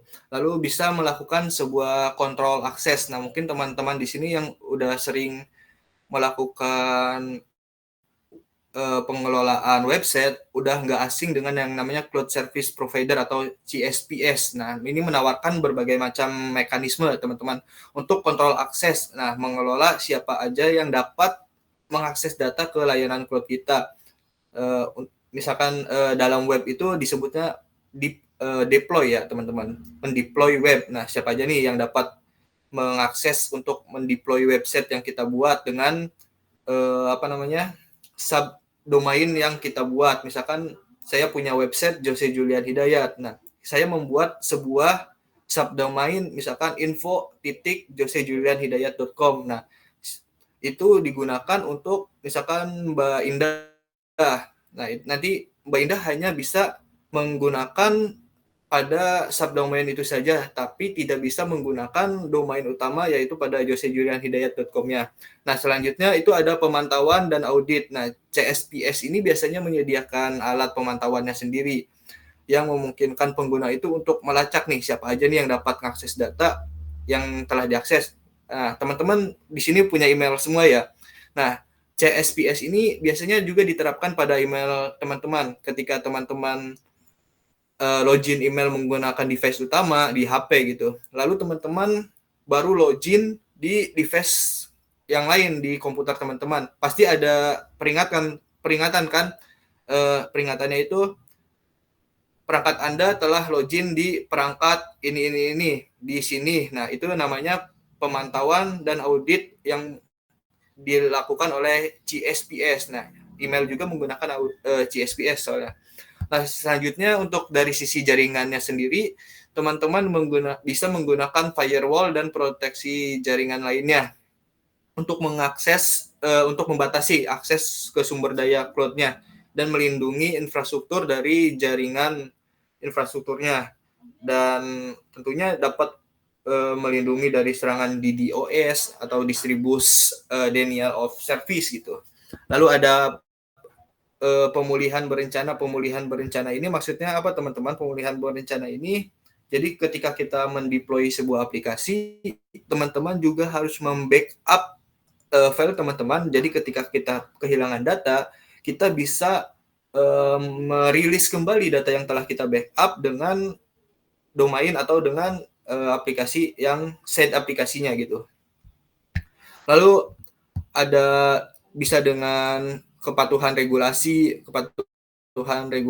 ini misalkan seperti General Data Protection Regulator atau GDPR, lalu ada HIPAA atau Health Insurance Probability Accountability Act. Nah, ini biasanya teman-teman temui di semester 7. Nah, semester 7 ini ada yang namanya mata kuliah pilihan itu apa ya namanya? Saya lupa. Pokoknya ada quality assurance-nya gitu. Nah, nanti teman-teman semester 3, 4, 5 dan seterusnya bakal memperdalam tentang ini cloud computing. Jadi dari sekarang teman-teman mungkin bisa dipersiapkan gitu. Kira-kira keamanan yang teman-teman gunakan misalkan untuk membuat sebuah IoT, karena di semester 6 biasanya ada mata kuliah pemrograman pengembangan sistem informasi dan aplikasi IoT. Nah, itu full praktek. Nah, teman-teman bisa gunakan itu. Keamanan yang digunakan misalkan berupa enkripsi untuk melindunginya. Nah, data IoT itu kan pasti harus diupload ke cloud. Nggak mungkin kita taruh di server di laptop kita biasa, karena IoT itu kan internet. Jadi data yang kita gunakan dalam IoT ini harus dienkripsi, ataukah harus dengan CAPTCHA, ataukah harus dengan autentifikasi 2 faktor, dan lain-lainnya. Mungkin itu saja yang bisa dapat saya sampaikan. Baik, terima kasih Kak. Ya. Untuk Kak Riyadi, apakah penjelasannya sudah jelas, Kak? Oke, terima kasih. Bagus. Oke. Terima kasih Kak Riyadi. Terima kasih. Ya. Oke, selanjutnya masih di sesi tanya jawab ya teman-teman. Ya. Oh, sudah ada yang ingin bertanya nih. Oke, Kak Faris, sebutkan nama dan kelas dari universitas mana. Terima kasih. Ya, Assalamualaikum warahmatullahi wabarakatuh. Perkenalkan, nama saya Faris Priyansyah dari kelas TI 23C3 UPP. Mau bertanya, jelaskan pesan virtualisasi dan kontainerisasi dalam mengoptimalkan pemanfaatan sumber daya hardware pada komputasi awan skala besar. Udah itu. Baik, terima kasih Kak Faris. Ya, untuk narasumber kita, boleh dijelaskan, Kak Jos? Untuk pengelolaan sumber dayanya sendiri, di sini untuk virtualisasinya teman-teman bisa mempertimbangkan dengan virtual machine atau VMS pada suatu fisik server secara terisolasi. Nah, hal ini memungkinkan untuk mengalokasi sumber dayanya ini seperti hardware, CPU, memori, dan penyimpanan lainnya secara lebih efisien. Nah, selanjutnya untuk virtualisasi sendiri, teman-teman juga harus memikirkan skalabilitasnya yang digunakan, misalkan dengan menggunakan virtualisasi tadi. Nah, infrastruktur awan ini dapat dengan cepat menambah atau mengurangi jumlah virtual mesinnya sesuai dengan permintaan atau memungkinkan skalabilitas yang elastis gitu dan dinamis. Lalu harus mempertimbangkan juga isolasi. Jadi setiap virtual mesin yang berjalan dalam lingkungan yang terisolasi ini tidak akan mempengaruhi kinerja dan juga keamanan dari virtual mesin lainnya. Nah, ini memberikan kerja yang lebih efisien gitu terhadap virtual mesin lainnya. Nah, dalam virtualisasi ini teman-teman harus mempertimbangkan ketiga faktor itu sih. Nah, bisa juga teman-teman juga mempertimbangkan kontainerisasi. Nah, dari kontainerisasi ini bisa untuk teman-teman pertimbangkan ada efisiensi sumber dayanya, lalu berbagi kernel OS, kernel OS host, dan juga sumber daya tambahan, misalnya ada beberapa hardware yang perlu ditambahkan untuk mengelola virtual mesinnya. Lalu teman-teman juga harus mempertimbangkan portabilitas dan juga fleksibilitas dari kontainerisasinya ini. Misalkan dapat dipindahkan atau antar lingkungan pengembang gitu, pengujian dan juga produksi. Nah, tanpa perlu melakukan konfigurasi ulang. Nah, ini yang teman-teman perlu pertimbangkan untuk virtualisasi berbasis cloud. Lalu harus mempertimbangkan juga nih manajemen yang mudah. Nah, manajemen yang mudah ini apakah dapat dioptimalisasi untuk penjadwalannya, untuk penskalaannya, untuk backup dan rilisnya, dan juga untuk mempermudah pengelolaan dan operasi pada skala besarnya, dan lainnya. Mungkin itu saja jawabannya. Baik, terima kasih. Apakah sudah jelas Kak Faris atas penjelasan dari narasumber kita hari ini? Cukup jelas. Terima kasih Kak Jos. Ya, terima kasih Kak Faris. Oke, masih di sesi tanya jawab ya teman-teman. Ya, di sini apakah ada yang ingin bertanya lagi? Oke, baik. Kak Melisa, sebutkan nama, kelas, dan dari universitas mana ya, Kak?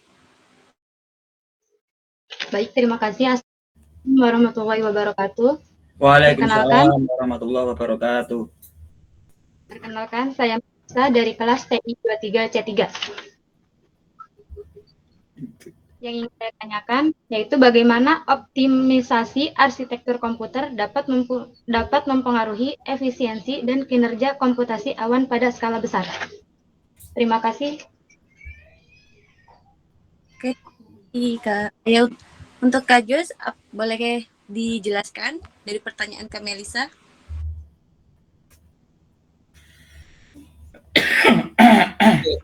Untuk optimalisasi arsitekturnya sendiri, untuk agar komputasi awan ini berjalan secara efisien, yang pertama teman-teman harus perhatikan adalah ketika teman-teman merancang komputasi awan apa yang akan teman-teman pakai. Lagi-lagi saya contohkan ke website ya, misalkan hosting apa yang teman-teman pakai.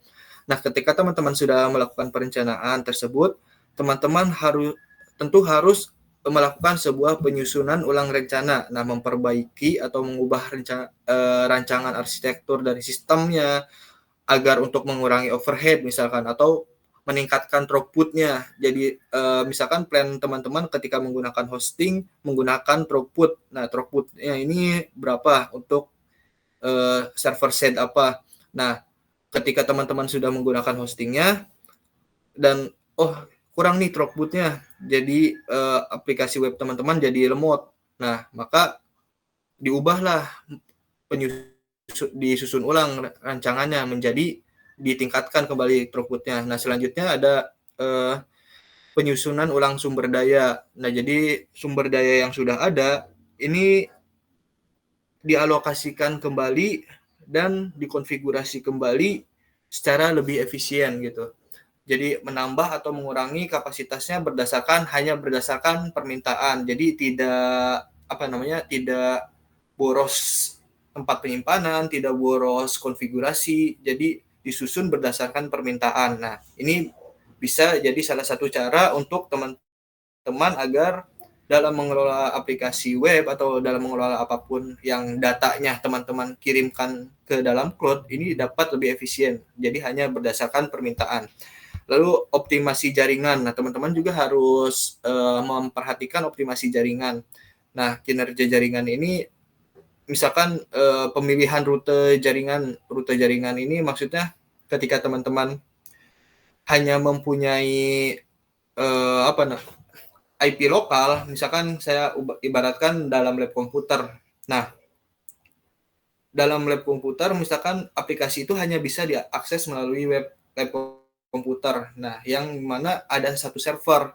Nah, teman-teman ini harus memilih rute jaringan. Nah, rute jaringan ini bisa teman-teman pilih misalkan menggunakan IP TCP4 atau TCP6 yang sekiranya dapat dengan mudah untuk mengakses aplikasi yang kita buat dalam perencanaan di lab tersebut. Lalu penggunaan cache. Nah, penggunaan cache ini dapat menghemat sumber dayanya. Jadi ketika kita membuka sebuah aplikasi web, teman-teman tidak perlu meload lagi halaman dari awal, hanya halaman terakhir yang teman-teman buka. Lalu penggunaan teknologi terkini dan optimasi perangkat lunak. Nah, perangkat lunak yang digunakan misalkan saya sendiri untuk mengoding template dari web menggunakan Visual Studio Code. Nah, karena tampilannya yang begitu responsif dan juga gampang gitu, dan bisa disisipkan berbagai macam framework. Jadi ini sangat penting untuk teman-teman pilih perangkat lunaknya. Kira-kira ketika teman-teman ingin mendeploy aplikasi webnya itu menggunakan apa. Nah, ini juga sangat berpengaruh. Terusnya ada pemantauan. Nah, aplikasi yang telah kita buat harus dipantau nih, apakah berjalan dengan baik ataukah ada masalah ketika kita akses, misalkan DNS-nya tidak bisa, ternyata pada file webnya halaman link half-nya itu tidak diarahkan ke halaman yang dituju, jadi sehingga ada tampilan DNS-nya tidak ditemukan. DNS itu domain name system ya, jadi pengubahan dari alamat IP menjadi alamat domain atau nama. Misalkan web saya mempunyai alamat IP-nya itu 172 bla bla bla bla. Nah, jadi kita hanya perlu mengakses dari josejulianhidayat.com-nya. Terus misalkan ketika kita mengklik beranda page-nya, beranda ke pencarian. Nah itu pencarian ini misalkan kita di sini ke teknik informatika. Nah, ketika kita salah mengoding dari awal, misalkan teknik informatika, kita link have-nya ke teknik industri. Nah, itu kan otomatis ketika ketika dijalankan ada masalah. Nah, jadi sebisa mungkin ketika kita mendeploy sebuah aplikasi, membuat sebuah aplikasi itu setelah jadi semuanya, setelah jadi aplikasinya, kita harus juga melakukan pemantauan dan pemecahan masalahnya. Mungkin itu saja yang dapat saya sampaikan. Oke, terima kasih Kak. Terima kasih Kak Jose. Ya. Selanjutnya, apakah ada yang ingin bertanya lagi nih?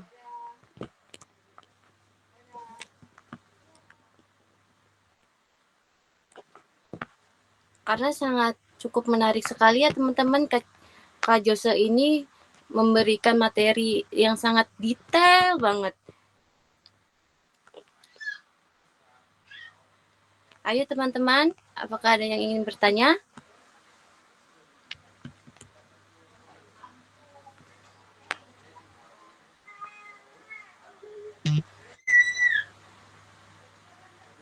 Kayaknya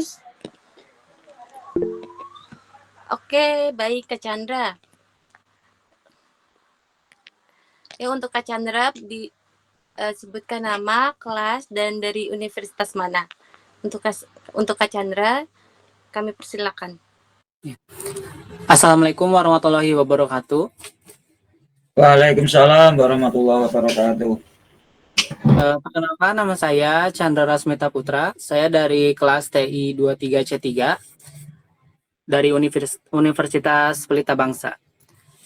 Saya ingin bertanya, apa ada tantangan utama dalam memastikan ketersediaan dan kehandalan pada komputasi awan yang skala besar?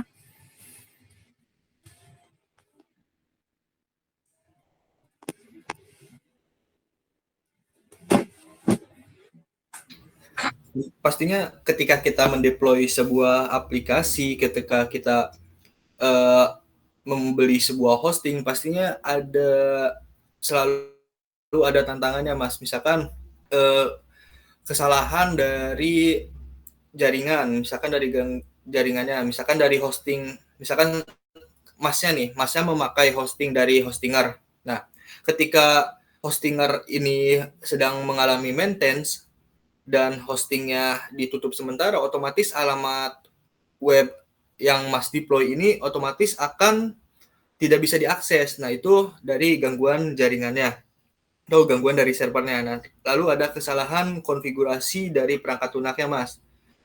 Nah, kesalahan dari konfigurasi perangkat lunaknya ini dapat mengakibatkan downtime. Nah, jadi misalkan ketika Masnya ini mendeploy aplikasi mobile menggunakan Android Studio, itu kan tampilan Android Studio, mungkin teman-teman ada yang udah pernah buka Android Studio, itu kan banyak fitur dan juga banyak menu dan juga banyak tools. Nah, itu akan menemukan kesulitan saat mengkonfigurasinya. Beda dengan teman-teman mendeploy sebuah program aplikasi Android menggunakan Visual Studio Code dan menggunakan framework-nya Flutter. Nah, itu akan jauh lebih simpel dan jauh lebih dipahami. Sama seperti dengan ketika kita mendeploy-nya ke jaringan komputasi di luarnya. Jadi ketika kita sudah membuat sebuah konfigurasi di Visual Studio Code, lalu kita impor ke hosting atau kita impor ke hosting dan juga penyedia layanan yang kita gunakan, itu akan berpengaruh kepada downtime-nya, Mas. Tapi lebih berpengaruh kepada downtime-nya gitu. Apakah ketika kita mengcoding dengan Android Studio bisa memakan waktu 1 minggu, tapi dengan menggunakan framework Flutter di Visual Studio Code akan lebih mudah, jadi 3 hari lalu kita bisa deploy, bisa impor ke website kita. Nah, itu kan pengaruh juga atau tantangan juga. Selanjutnya ada perubahan infrastruktur. Nah, perubahan infrastrukturnya ini dari sisi server, nah seperti upgrade perangkat keras, Misalkan saya contohkan lagi pada web lagi ya.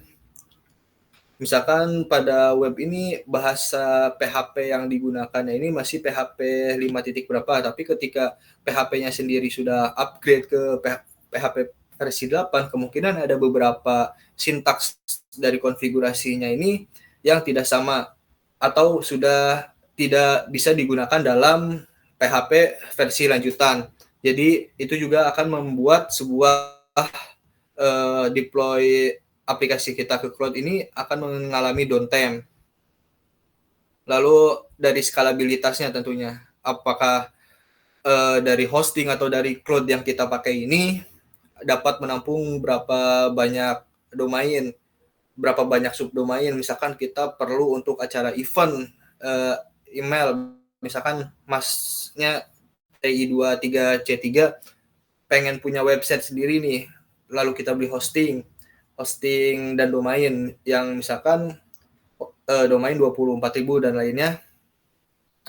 Si hosting ini kan ada layanan personal, ada layanan bisnis dan lain-lain. Nah, itu akan berpengaruh pada berapa banyak domain yang Mas bisa deploy. Misalkan TI23C3 ini ingin membuat beberapa subdomain untuk event, untuk info lowongan kerja dan lain-lain, tapi Masnya hanya membeli yang personal, tidak hanya bisa menambahkan 3, tapi Mas butuh 10. Nah, ini juga kan menjadi tantangan untuk mendeploy ke komputasi awan ya, Mas. Mungkin itu saja jawaban dari saya. Oke, baik. Terima kasih Kak Jose. Ya, untuk Kak Chandra, apakah penjelasan dari Kak Jose ini sangat jelas? Ya, jelas. Terima kasih. Oke, terima kasih Kak Chandra. Oke, selanjutnya apakah ada yang ingin bertanya lagi nih? Mumpung ada narasumber kita di pagi hari ini.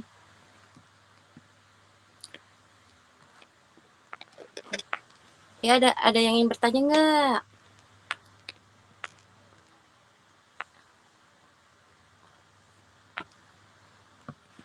Oke.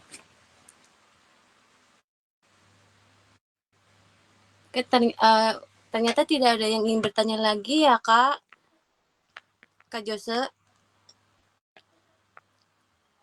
Iya, Kak. Aman. Oke. Tak terasa waktu pengunjung sudah selesai nih, Kak. Sudah mau 2 jam ya. Sebelum acara ini selesai, marilah kita berdoa terlebih dahulu untuk penutupan seminar hari ini yang akan dibawakan oleh saudara kita Kak Irfan Maulana. Untuk Kak Irfan Maulana,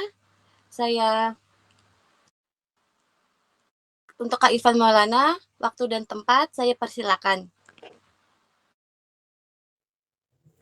Baik, terima kasih atas waktunya Mbak Indah. Alhamdulillah teman-teman, seperti apa yang kita harapkan, semua acaranya berjalan dengan lancar. Walaupun tadi ada kendala sedikit, mudah-mudahan apa yang narasumber sampaikan semoga dapat bermanfaat untuk kita semua. Sebelum kita tutup acara ini, alangkah baiknya kita berdoa terlebih dahulu. Sebelum kita berdoa, saya mengingatkan kepada teman-teman, jika di sini ada yang non-muslim, bisa berdoa dengan cara dan keyakinannya masing-masing. Selanjutnya kita berdoa. Astagfirullahaladzim. Allahumma shalli wa sallim ala sayyidina Muhammad wa ala sayyidina Muhammad. Bismillahirrahmanirrahim. Alhamdulillahirabbil alamin. Hamdan yuafi ni'amahu wa yukafi mazidah. Ya Rabbana lakal hamdu wa lakal syukru kama yanbaghi li wajhika wa adini sultanik. Allahumma shalli wa sallim ala sayyidina Muhammad wa ala sayyidina Muhammad sallallahu alaihi nabiyya min jamil ahwali wal afwat wa taqdirana nabiyya jamil hajjat wa tuhhirna biha min jamil syai'at wa tarfauna biha indaka al darajat wa tubalighuna biha asal ghayati min zamil khairati bayati wa ba'dal mamat innahu samin qaribun mujibud da'wat wa yaqdil hajjat. Allahumma inna nas'aluka ilman nafi'an wa rizqan thayyiban wa amalan mutaqabbalan. Rabbana la tuzigh qulubana ba'da idh hadaytana wa hab lana min ladunka rahmatan innaka antal wahhab. Allahumma inna nas'aluka salamatan fid din wa dunya wa akhirah wa afiatan fil jasad wa asyatan fil badani wa ziyadatan fil ilmi wa barakatan fil rizqi wa taubatan qabla maut wa rahmatan indal maut wa maghfiratan ba'dal maut. Allahumma hawin alaina ya Allah fi sakaratil maut wa nadatan minan nar wa afin dari hisab Rabbana hab lana min azwajina wa dzurriyyatina qurrata a'yun waj'alna lil muttaqina imama. Rabbana atina fid dunya hasanah wa fil akhirati hasanah wa qina adzabannar. Wa sallallahu ala sayyidina Muhammadin wa ala alihi washabihi wasallam. Alhamdulillahirabbil alamin. Terima kasih, mungkin itu saja yang dapat saya sampaikan. Kurang lebihnya mohon maaf. Wabillahi taufiq wal hidayah. Wassalamualaikum warahmatullahi wabarakatuh. Waalaikumsalam. Warahmatullahi wabarakatuh. Sebelum Anda selesai, saya pribadi mohon maaf pembawa seminar hari ini.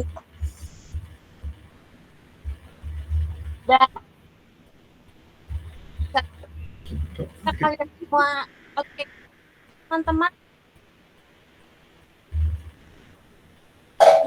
saya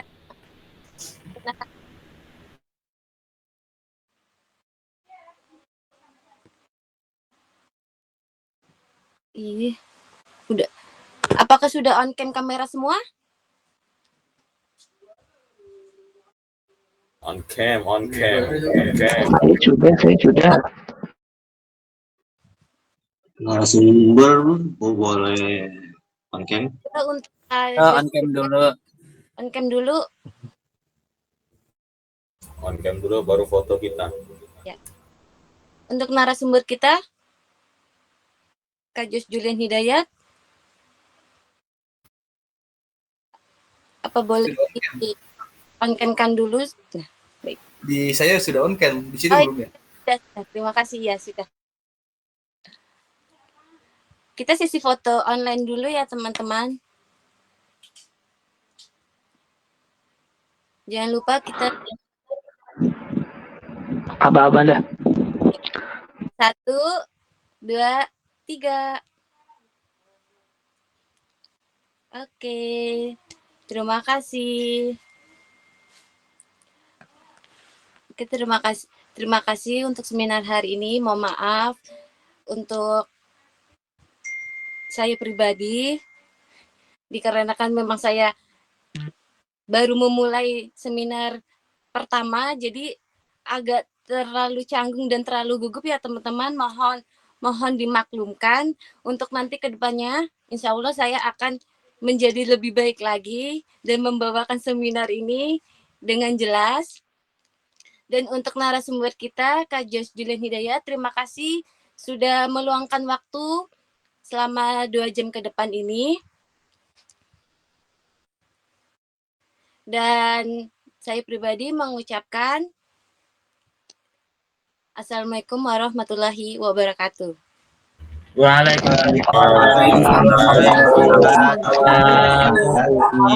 kasih teman-teman. Terima kasih Kak Jose. Ayo keluar.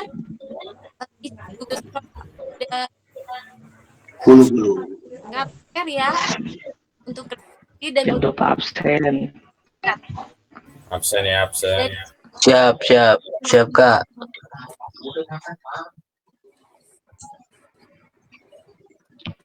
Oke, acara seminar sudah selesai ya, kakak-kakak, teman-teman yang ada kegiatan berikutnya bisa diizinkan untuk live. Terima kasih semuanya. Pindah ke lapak sebelah. Untuk Itu Ustadz baru bangun Ustadz tuh. untuk Bapak Sorry guys. Yang absennya udah dibagiin ya? Sudah. Bagiin lagi dong, tadi keluar. Untuk Bapak Dinato Iswanto, apakah masih ada di Zoom hari ini? Udah nggak ada dia. Bang Arif, absennya bagi lagi dong. Apa ya? Absennya. Ya jangan lupa. Boleh. Dah, jangan tegang-tegang dah. Indah kayaknya salting sama narasumbernya deh. Hey. Indah mau salam enggak? Jadi hilang kata-katanya. Ya, salami. Indah ngincer Indah. Mau makan mana? Kalau bilang ganteng di luar briefing itu mah, Cok. Itu dari hati. Jangan nangis, jangan nangis. Mat, Indah mau Mat, ya. itu dong minta sarannya dari Narasumber. dari narasumber. Bang Jo. Iya, Bang. Iya, dari narasumber. Ya udah. Iya, Bang. Kirimin.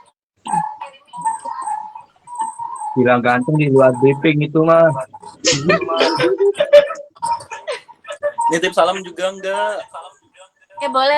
Nitip nomor katanya, nitip nomor. Iya, pagi-pagi udah minta WA pagi-pagi. Iya dong. Udah, Indah udah chattingan dia. Dapet ya. Jangan terbang dah. Dia kalau masalah beginian gacor dia cepet ya. Bang Arif. Apa ya? Nanti kalau nanyain ke Pak Dito. Apa ya? Putus-putus suara lu. Minta Sambungin aku. Nato. Apa? Ada dengeran? Di grup aja, di grup. Bang Adang itu rekamnya udah ya sampai ini doang tadi sampai penutupan yang ngobrol-ngobrol bisa dimasukin nanti ya. Indah bilang ganteng di luar briefing tuh. Mat kasih Mat. Nah. Kenapa Bang Arif? Iya. Nyambung matematika ini ya? Iya, salah kamu. Iya, Cok. Orangnya udah nggak ada, dah. Iya, orangnya udah. Yuk, pindah lapak yuk. Ya. Yo, Terima kasih.